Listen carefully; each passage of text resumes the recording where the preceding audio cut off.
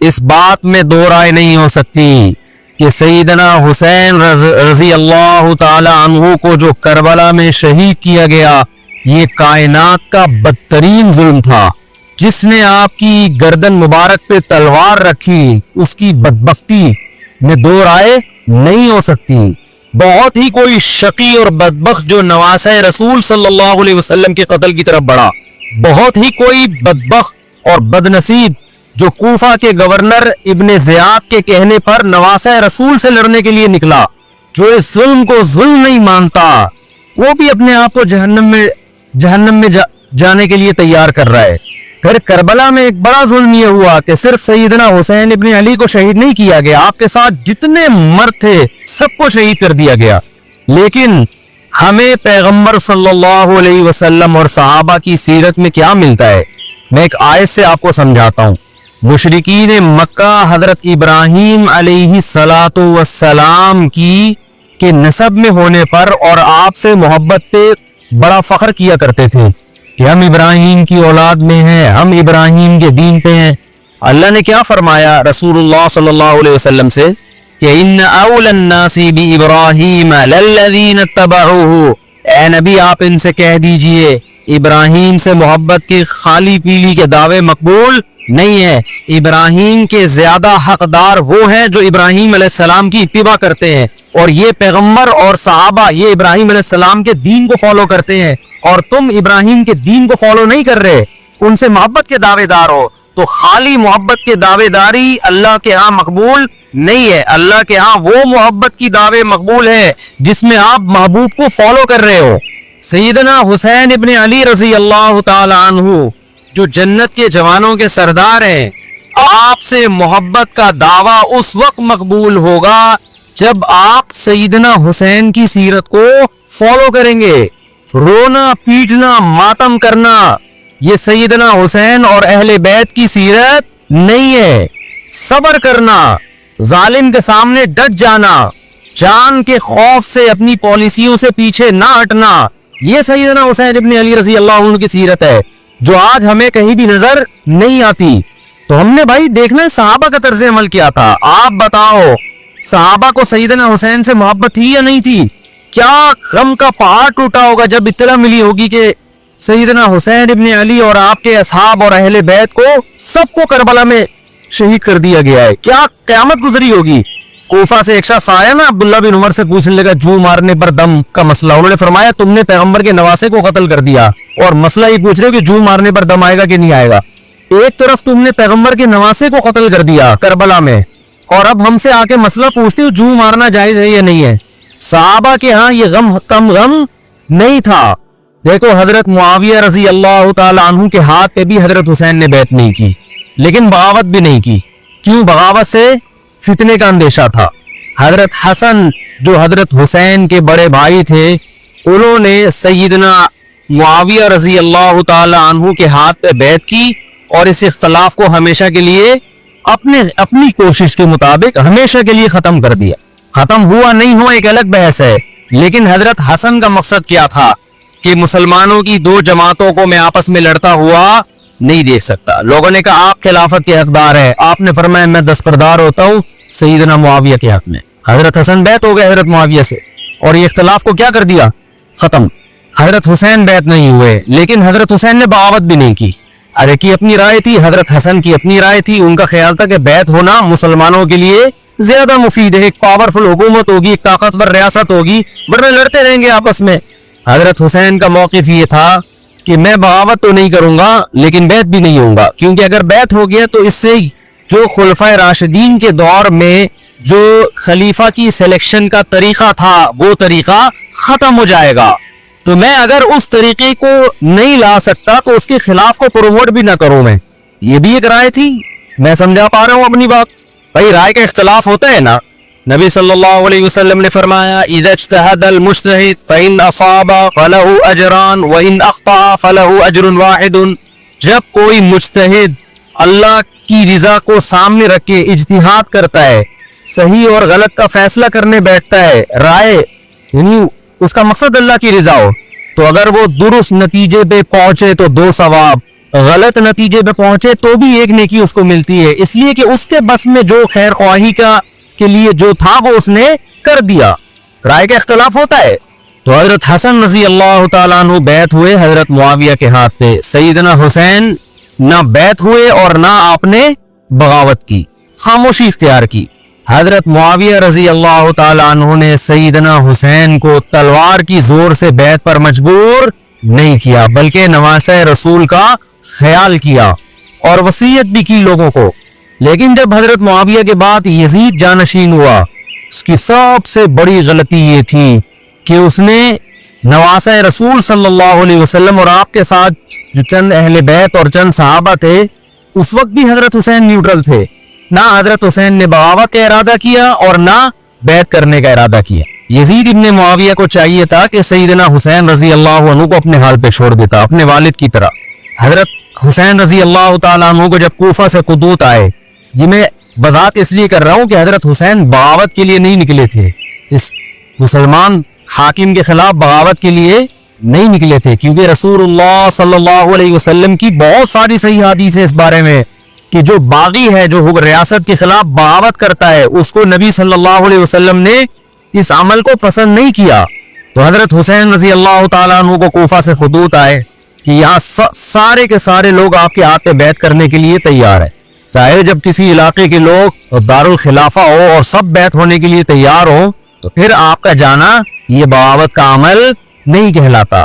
حضرت حسین رضی اللہ تعالیٰ عنہ اہل بیت کے ساتھ نکلے، کربلا میں جب پہنچے، مشہور واقعہ آپ بیسیوں دفعہ سن چکے ہیں، وہاں جا کے آپ کو اطلاع ہوئی کہ وہ خبر غلط تھی اور عبید اللہ بن زیاد نے ایک پورا لشکر بھیجا سیدنا حسین رضی اللہ تعالیٰ عنہ کو مجبور کرنے کے لیے کہ میرے ہاتھ پہ آپ زبردستی بیعت ہو جائے۔ حضرت حسین رضی اللہ تعالیٰ نے مطالبے رکھے کہ یا تو مجھے واپس جانے دیے جائے، اور اگر بیعت کرنا ہی ہے تو میں دمشق میں امیر کے ہاتھ پہ جا کے بیعت کروں گا۔ بہت معقول مطالبے تھے یہ۔ میرا مقصد ابھی کربلا کا واقعہ بیان کرنا نہیں ہے، اس پہ بہت کچھ کہا جا چکا ہے، خود میرا بھی بیان اس پہ تفصیل سے ہو چکا ہے۔ اس کے بعد بھی سیدنا حسین رضی اللہ تعالیٰ عنہ کو مجبور کرنا کہ عبید اللہ بن زیاد جو بدبخت انسان، جو قاتل تھا اہل بیت کا، اسی کے ہاتھ پہ لازمی بیعت ہو، جبکہ وہ امیر بھی نہیں ہے، وہ گورنر ہے ایک علاقے کا۔ تو نواسہ رسول کا خیال نہ کرنا یہ بدترین ظلم تھا جو اس وقت حکومت سے ہوا ہے۔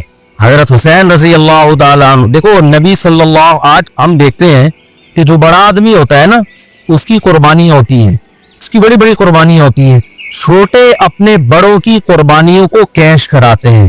آپ نے دیکھا ہوگا فلاں نے بڑی قربانیاں دی اور بچے موج کر رہے ہیں، دیکھا نا آپ نے۔ لیکن اللہ تعالیٰ نے رسول اللہ صلی اللہ علیہ وسلم کے نسب کو اس سے محفوظ کیا۔ ہمارے نبی کے دو بیٹے حسن حسین، آپ کی نسل حضرت فاطمہ سے چلی ہے، دونوں شہید ہوئے ہیں۔ اس میں بہت بڑی حکمت تھی کہ پیغمبر صلی اللہ علیہ وسلم نے سب سے پہلے تربیت اپنے گھر والوں کی ہے۔ آج لوگ باہر فنٹر بنے ہوئے ہوتے ہیں، تبلیغیں کر رہے ہوتے ہیں، اپنے گھر کی ان کو پرواہ نہیں ہوتی۔ نبی صلی اللہ علیہ وسلم نے سب سے پہلے جو تربیت کی ہے، کس کی ہے؟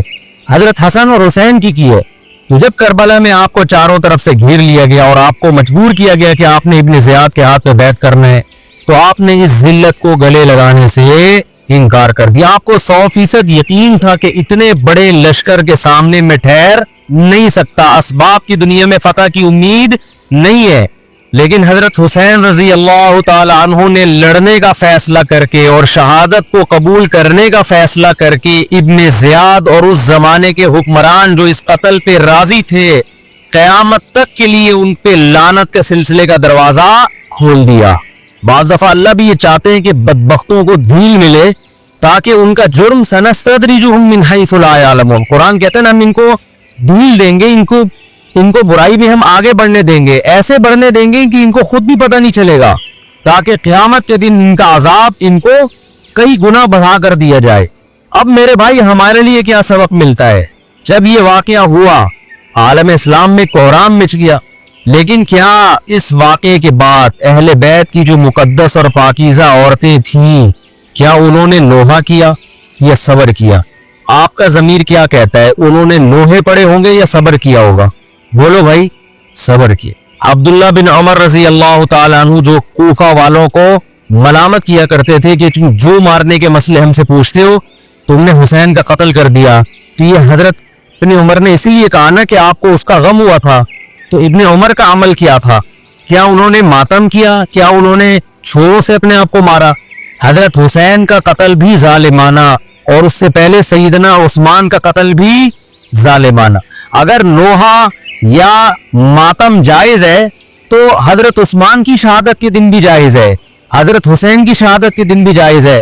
اور اگر ناجائز ہے تو جیسے عثمان کی شہادت کے دن ناجائز، حسین کی شہادت کے دن بھی ناجائز ہے. سمجھ میں آ رہی ہے بات کہ نہیں آ رہی ہے؟ قرآن کیا کہتا ہے ایسے مواقع کے بارے میں؟ تِلْكَ أُمَّةٌ قَدْ خَلَتْ لَهَا مَا كَسَبَتْ وَلَكُمْ مَا كَسَبْتُمْ. قرآن جب بھی پرانی امتوں کے واقعات بتاتا ہے، قرآن کہتا ہے یہ قوم تھی جو گزر گئی، انہوں نے جو کیا اس کا بدلہ ان کو ملے گا، تم جو کرو گے اس کا بدلہ تمہیں ملے گا. تو ہمیں اللہ نے اس واقعے میں بھی بتا دیا کہ سیدنا حسین کا واقعہ، کربلا کا واقعہ جب سنا کرو تو یہ سوچا کرو یہ قوم تھی جو گزر گئی، جس نے اچھا کیا، حسین ابن علی نے اچھا کیا، ان کو اس اچھائی کا بدلہ ملے گا. اور جو حضرت حسین کے قتل کے ہاتھوں، قتل کے حضرت سیدنا حسین کے مبارک خون سے جن کے ہاتھ آلودہ ہوئے کیونکہ قتل کیا ہے نا انہوں نے، تو لہا ما کسبت، ان کو اس ظلم کا بدلہ بھی ملے گا. تو ہمارا کام کیا ہے؟ ہم نے فالو کرنا ہے حسین کے راستے کو، نہ کہ حسین کے نام پہ ہم نے ماتم کرنے ہیں. حسین کا راستہ کیا ہے جس کو ہم نے فالو کرنا ہے؟ اب میں چند چیزیں آپ کو بتاتا ہوں. سب سے پہلا سبق جو ہمیں کربلا میں ملتا ہے کہ عزت اور دین، ایک طرف دنیا ہے. دیکھو اگر حضرت حسین رضی اللہ تعالیٰ عنہ ابن زیاد کے ہاتھ میں جا کے بیعت ہو جاتے، آپ کیا سمجھتے ہو بے تحاشا مال و دولت حضرت حسین پہ خرچ نہیں کرتا کیا؟ وہ جب ایک بڑا آدمی کسی کے ہاتھ پہ بیعت ہوتا ہے تو اس کو بھی تو فائدہ ہوتا ہے نا اس سے. اور کیا حضرت حسین کو یقین نہیں تھا کہ کربلا میں شہید ہو جاؤں گا؟ فتح اور نصرت کی اسباب کی دنیا میں کوئی امید نہیں تھی، مگر آپ نے اہل بیت کو کربلا میں رسوا کرنے پر عزت کی موت کو ترجیح دی ہے. آج اگر آپ میں یہ ظرف ہے کہ آپ عزت کی موت کو ذلت کی زندگی پر ترجیح دیتے ہو تو پھر آپ حسینی ہو. نہیں یہی بات میرا خیال ہے سمجھ. سیدنا حسین کی سخاوت کے واقعات ہیں. سیدنا حسین باغی نہیں تھے رضی اللہ عنہ. پھر جو اہل بیت کا طرز عمل کیا تھا، محرم میں کیا کیا ہو رہا ہے میں آپ کو بتاتا ہوں. ان میں سے کوئی بھی عمل نہ ہمیں قرآن سے ملتا ہے نہ صحابہ سے ملتا ہے. ہم تو ما انا علیہ و اصحابی جو جنتی فرقہ ہوگا اس کی جو علامتیں ہیں، تو جب آپ ان علامتوں کے خلاف چلو گے، صحابہ اور تابعین کو فالو نہیں کرو گے، تو آپ پھر اپنے آپ کو سنی کہنا چھوڑ دو. آپ بتاؤ مجھے اسلام میں کوئی مہینہ منحوس ہے؟ بولو نا کوئی مہینہ منحوس ہے؟ تو آپ محرم کو منحوس کیوں کہتے ہو؟ لوگ مجھے کہتے ہیں مفتی صاحب فرقواریت پھیلا رہے ہیں. دیکھو فرقواریت جب پھیلا رہا ہوں جب میں کسی فرقے کے خلاف آپ کو کر رہا ہوں. میرے بیان شیعہ لوگ بھی سنتے ہیں، ملتے بھی ہیں. بہت دفعہ ایئرپورٹ پہ ملاقات ہوئی، بڑی عزت سے ملے، میں شیعہ ہوں لیکن آپ سے محبت کرتا ہوں. یہاں مسجد میں بھی آتے ہیں، میں نے کبھی کسی پہ طنز نہیں کیا. اس لیے میں بار بار کہتا ہوں جو شیعہ کا مذہب ہے اس کو کرنے دو. وہ سبیلے لگاتے ہیں، آپ ان کو مت چھیڑو، جا کے تنگ نہ کرو ان کو. وہ ماتم کرتے ہیں، آپ ان کو مت چھیڑو. وہ لوہے کرتے ہیں، وہ لوہے پڑھتے ہیں، آپ ان کو مت چھیڑو. لیکن آپ اپنی پوزیشن واضح کرو کہ آپ شیعہ ہو یا آپ سنی ہو. آپ تو ایک طرف ہو جاؤ نا. محرم میں اگر آپ مرثیے لگا کے گھوم رہے ہو گاڑیوں میں، اٹ مینز آپ سنی نہیں ہو. آپ میرے ایک بیان ہوا تھا، آڈیو بیان تھا بہت پہلے، اس کا نام تھا زلزلے کیوں آتے ہیں. اس بیان کا نام تھا زلزلے کیوں آتے ہیں. بہت پہلے بیان ہوا تھا، اس وقت ویڈیو بیان نہیں آتے تھے. تو وہ مجھے اپنا وہ بیان ذہن میں آ گیا. ہمارے ہاں جب بھی کوئی دنیا میں طوفان آتا ہے، زلزلے آتے ہیں، بارشوں میں سیلاب آتے ہیں، تو دو انتہاؤں کی طرف لوگ جاتے ہیں. ایک انتہا تو ہے جو لبرلزم لوگ ہیں، لبرلزم کو فالو کرنے والے لوگ، جو لبرل نام نہاد لبرل لوگ، وہ کیا کہتے ہیں بھائی ایک قدرت کا نیچر کا ایک سسٹم ہے، کسی بھی وقت کچھ بھی ہو سکتا ہے، لہذا اس میں اپنے گناہوں سے توبہ کرنا، اللہ کے سامنے گڑ گڑانا، ان تکلفات کی بالکل بھی ضرورت نہیں. چاہے کرونا ہے یا کوئی بھی وبا ہے، اس کا خدا کے عذاب سے کوئی تعلق نہیں ہے. بھائی پلیٹیں ہیں زمین کی ہلیں گی تو